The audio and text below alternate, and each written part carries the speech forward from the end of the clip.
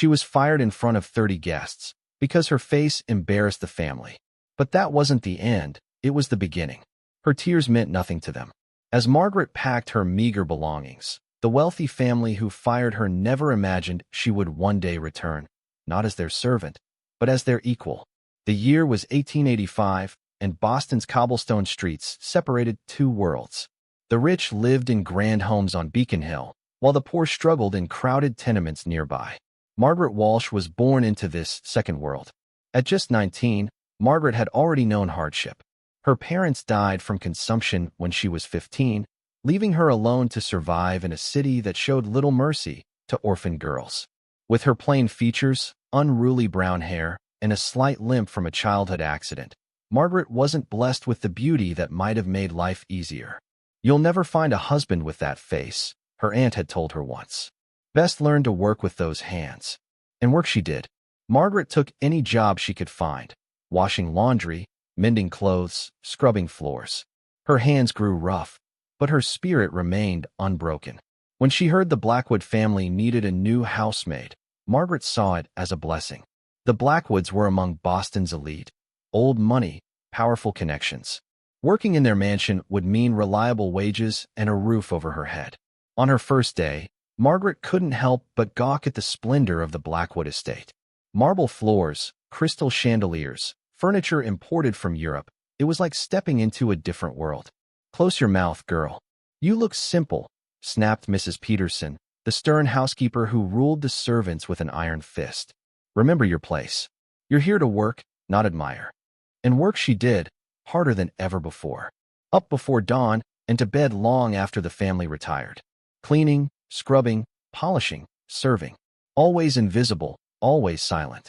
The family barely noticed her. Mrs. Blackwood, a woman who spent more on dresses in a month than Margaret would earn in years, hardly glanced her way. The two Blackwood daughters, Caroline and Elizabeth, giggled behind their hands whenever Margaret entered a room. Only one person in the household treated Margaret with kindness, Mr. James Blackwood, the youngest son of the family. At 25, James had recently returned from university in England. Unlike his father and older brother who managed the family's shipping business with cold calculation, James had a softness about him. He studied art and literature, and sometimes left books where Margaret would find them while cleaning. "You enjoy Dickens?" he asked one day, catching her with great expectations in her hands. Margaret nearly dropped the book in shock. I shouldn't be touching your things, sir. I apologize." "Nonsense. Books are meant to be read." His smile reached his eyes. "Please, borrow it if you wish." For 3 months, Margaret worked diligently at the Blackwood mansion, saving every penny. But then came the dinner party that changed everything. The Blackwoods were hosting the Harrisons, another wealthy family with a son of marriageable age. Margaret was serving drinks when Mrs. Blackwood's voice cut through the room like ice. "We simply can't have such an unfortunate-looking girl serving our guests. Mr. Harrison might think we can't afford proper help." Margaret froze, the tray trembling in her hands. "My dear," Mr. Blackwood replied, "surely her appearance doesn't affect her work." "It affects our reputation," Mrs. Blackwood hissed. "I want her gone by morning." As the words hung in the air, Margaret's eyes met James's across the room. His face showed shock and something else, a determination that would soon change both their lives forever. The following morning arrived with crushing certainty. Margaret stood before Mrs. Peterson, who handed her final wages, docked for breakage, of a teacup that Margaret knew she hadn't broken. "You heard the mistress last night," Mrs. Peterson said, not meeting Margaret's eyes. "You're to leave immediately." Margaret swallowed the lump in her throat. "But where will I go?" "That's hardly my concern, is it?" The housekeeper's voice softened slightly. "Try the textile factory on Water Street. They're always hiring girls." With her small bag of possessions, Margaret walked down the servants' stairs one last time. The kitchen staff avoided looking at her. Association with the dismissed was dangerous in a house where jobs were precious. Outside, Boston's winter bit through her thin coat. Snowflakes began to fall as she walked away from the grand house, each step taking her further from warmth and certainty. "Miss Walsh." "Margaret, wait." She turned to see James Blackwood hurrying down the front steps, hatless in the snow. "Mr. Blackwood, you shouldn't be out in the cold," she said, embarrassed by his attention. I heard what happened. His breath clouded in the air between them. It's not right. Let me help you. Margaret shook her head. There's nothing to be done, sir. Your mother has made her decision. At least take this. He pressed an envelope into her hand. It's not charity. It's what's right. Before she could protest, he hurried back inside, leaving Margaret holding what she later discovered was enough money for 2 months' rent. The textile factory on Water Street was worse than any nightmare. The deafening machines, the choking lint in the air, the foreman who looked at her with hungry eyes. Margaret endured it all. Her days stretched from dawn until dusk, her hands bloody from the rough materials and fast-moving equipment.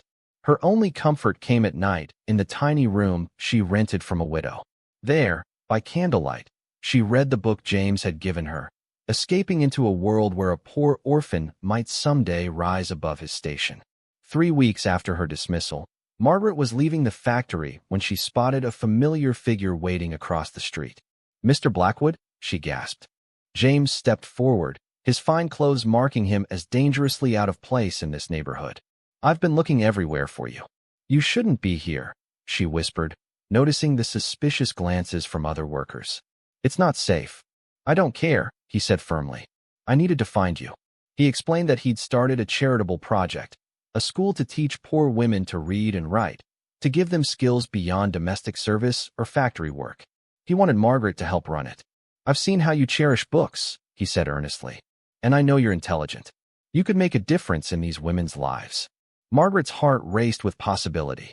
The salary he offered was double what she made at the factory, but doubt clouded her hope. "Your family would never approve," she said. "They don't need to know yet." His eyes held determination. "I've used my own inheritance to secure a building. This project is mine alone."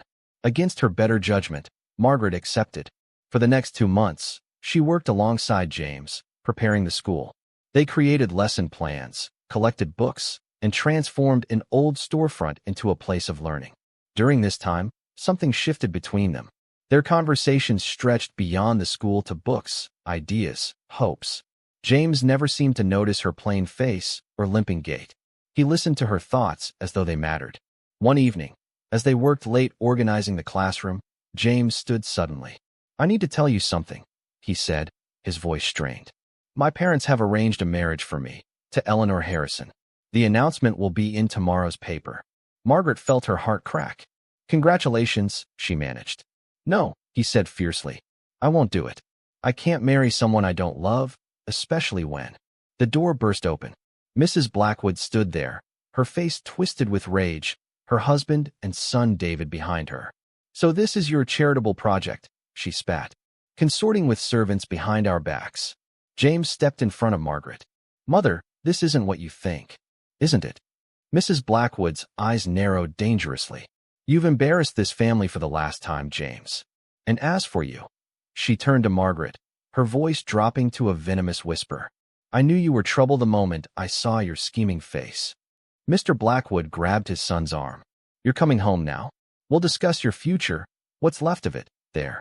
As they dragged James away, he looked back at Margaret with desperation in his eyes. "Wait for me," he mouthed, before the door slammed shut behind him.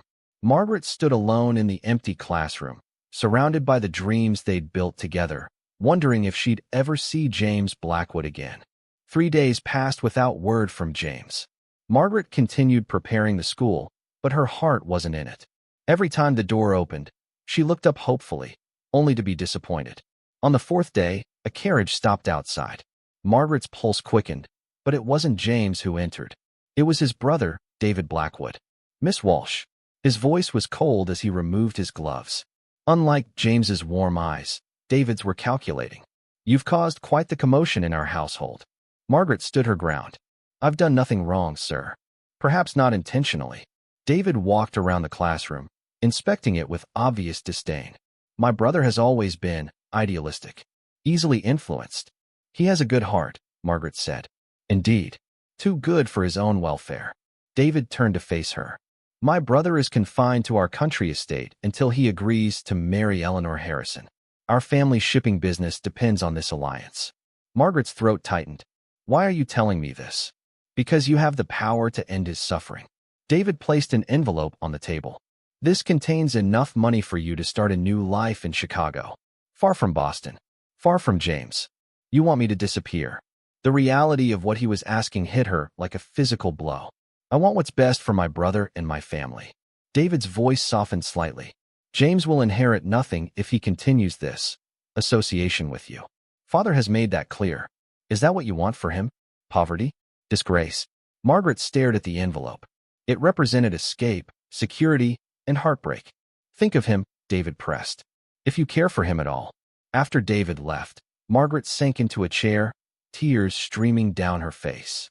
She knew what society thought of women like her: plain, poor, damaged. James deserved better than the scandal and hardship loving her would bring. That night, she packed her few belongings, took the money, and boarded a train headed west. As Boston disappeared behind her, she clutched James's copy of Great Expectations to her chest and wept. Chicago was nothing like Boston. Bigger, louder, dirtier, and filled with opportunity for those brave enough to seize it. Margaret found lodging in a modest boarding house and work at a small bookshop owned by Mrs. Penelope Winters, a widow with progressive ideas about women's education. "You have good taste in literature," Mrs. Winters remarked after catching Margaret reading during her break. "And you can actually discuss what you've read. Rare that." Within months, Margaret had proven herself invaluable. She organized reading circles for neighborhood women, kept meticulous accounts, and even began ordering books from publishers. Her small room filled with books borrowed from the shop. One evening, nearly a year after leaving Boston, Margaret was closing the shop when she noticed a newspaper left on the counter. Her heart stopped when she saw the headline: "Blackwood Heir Breaks Engagement. Family in Turmoil." The article detailed how James Blackwood had publicly announced his refusal to marry Eleanor Harrison, causing a scandal in Boston society. His father had subsequently disinherited him. Margaret's hands trembled as she read. What had she done? She'd left to protect him, yet he'd thrown away his fortune anyway. That night, she wrote a letter to James at his family's Boston address, explaining why she'd left, hoping it would reach him somehow. She posted it the next morning, then tried to put him from her mind. He deserved the chance to rebuild his life without the complications she would bring. Weeks passed. The bookshop thrived. Mrs. Winters, impressed by Margaret's business sense, offered her partial ownership. For the first time in her life, Margaret had security, respect, and hope for the future. Then came the day that changed everything. Margaret was helping a customer when the shop bell jangled. She looked up and froze. Standing in the doorway was a thinner, somewhat shabbier, but unmistakable James Blackwood. "Margaret," he said, his voice cracking. "I've been looking everywhere for you." The customer, sensing drama, hurried out. Margaret gripped the counter for support. "How did you find me?" "Your letter." He stepped closer. "I'd already left Boston when it arrived, but my landlady forwarded it. I've been searching for you for months." Margaret's mind raced. "But your family, your inheritance, none of it matters." His eyes held the same intensity she remembered. "Do you know what I've been doing since you left? Starting schools like the one we planned. 3 of them now, in different cities. My father's threats meant nothing once I realized what really mattered to me. James, you left to protect me." He took her hands. "I understand that now. But don't you see? Without you, success means nothing." Mrs. Winters emerged from the back room, took one look at the situation, and discreetly retreated. "I have a life here," Margaret whispered, though her heart was breaking anew. "A purpose, and I would never ask you to give that up." James's grip tightened. "But there's something I need to show you first. Something that might change everything." He led her outside where a carriage waited. "Will you trust me?" One last time. Margaret hesitated at the threshold between her safe new life and the uncertain future James offered. Then, taking a deep breath, she placed her hand in his and stepped into the carriage.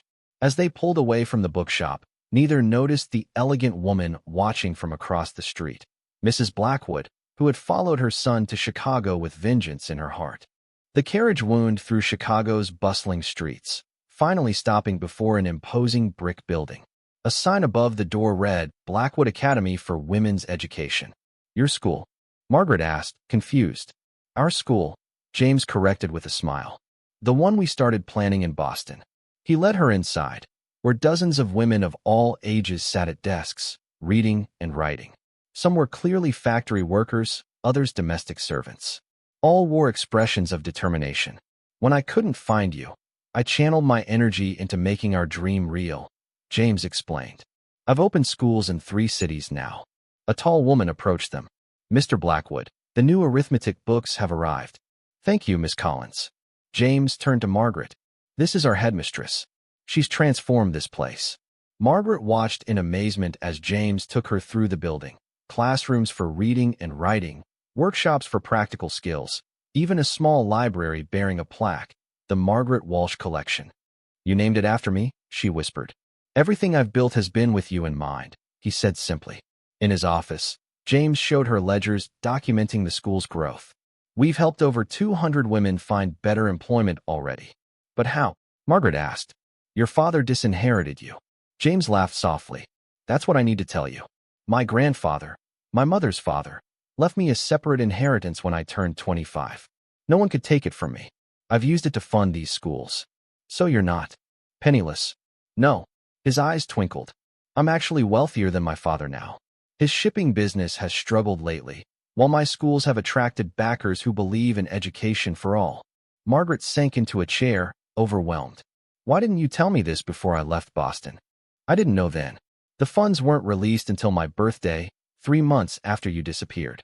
He knelt beside her. Margaret, these schools are successful because they're built on your ideas, your belief that everyone deserves knowledge, regardless of their birth or appearance. Before Margaret could respond, the door burst open. Mrs. Blackwood stood there, her face tight with anger. So this is where you've been hiding, she said to James. Then, turning to Margaret, still chasing my son, I see. James stood protectively in front of Margaret. Mother, you're not welcome here. James, please. Mrs. Blackwood's voice softened to a pleading tone Margaret had never heard before. Your father is ill. The business is failing. We need you to come home. To save the family fortune? James asked coldly. To save your father's life, Mrs. Blackwood replied, tears forming. The doctors say his heart is weak. He asks for you daily. Margaret saw the conflict in James's eyes. Despite everything, he loved his father. I'll visit him, James said finally. But I won't abandon my work here. Mrs. Blackwood's gaze moved to Margaret. Something unreadable crossed her face. Perhaps Miss Walsh should accompany you. James and Margaret exchanged shocked glances. Times are changing, Mrs. Blackwood continued, her voice strained. Your schools have garnered attention in Boston society. Some of my friends' daughters speak of attending college now. She straightened her shoulders. I may be old-fashioned, but I'm not blind. You've built something worthwhile, James. The 3 returned to Boston together. Mr. Blackwood, indeed gravely ill, received his son with tears of reconciliation. To everyone's surprise, he took a genuine interest in James's schools after his recovery, eventually becoming their most vocal supporter among Boston's elite. As for Margaret, she found her place not as a housemaid, but as the director of the Boston Blackwood Academy, respected for her intellect and vision rather than judged for her appearance. 1 year after their return to Boston, on a snowy evening much like the day she'd been dismissed, James asked Margaret to walk with him through the public garden. Do you remember what you were reading the day we first really spoke? He asked as snowflakes caught in her hair. Great Expectations, Margaret smiled. I still have your copy. A fitting title. James stopped beneath a lamppost, taking both her hands.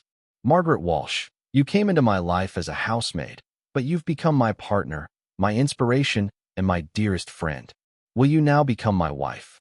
Margaret thought of the journey that had brought her here, from orphan girl to dismissed servant to respected educator, of the people who had judged her by her plain face rather than her mind and heart. Those who truly see us are rare, she said softly. You saw me when I was invisible to everyone else. I see you now, James replied, and I'll see you every day for the rest of our lives, if you'll have me. Their wedding was small, but meaningful. Mrs. Blackwood, with grudging respect, helped plan it herself. The guest list included not only Boston's elite, but also teachers and students from their schools.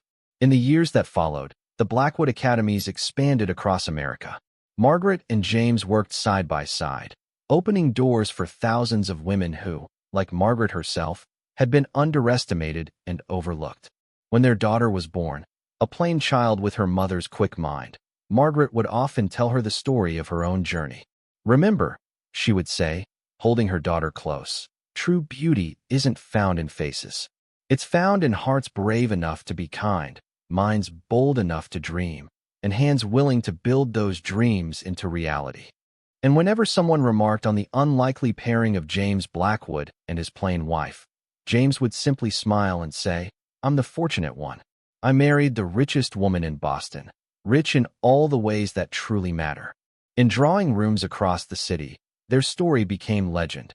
How the housemaid deemed too ugly had risen to become not just a wealthy man's wife, but his equal, changing not only her own destiny but the destinies of countless women who would follow in her footsteps.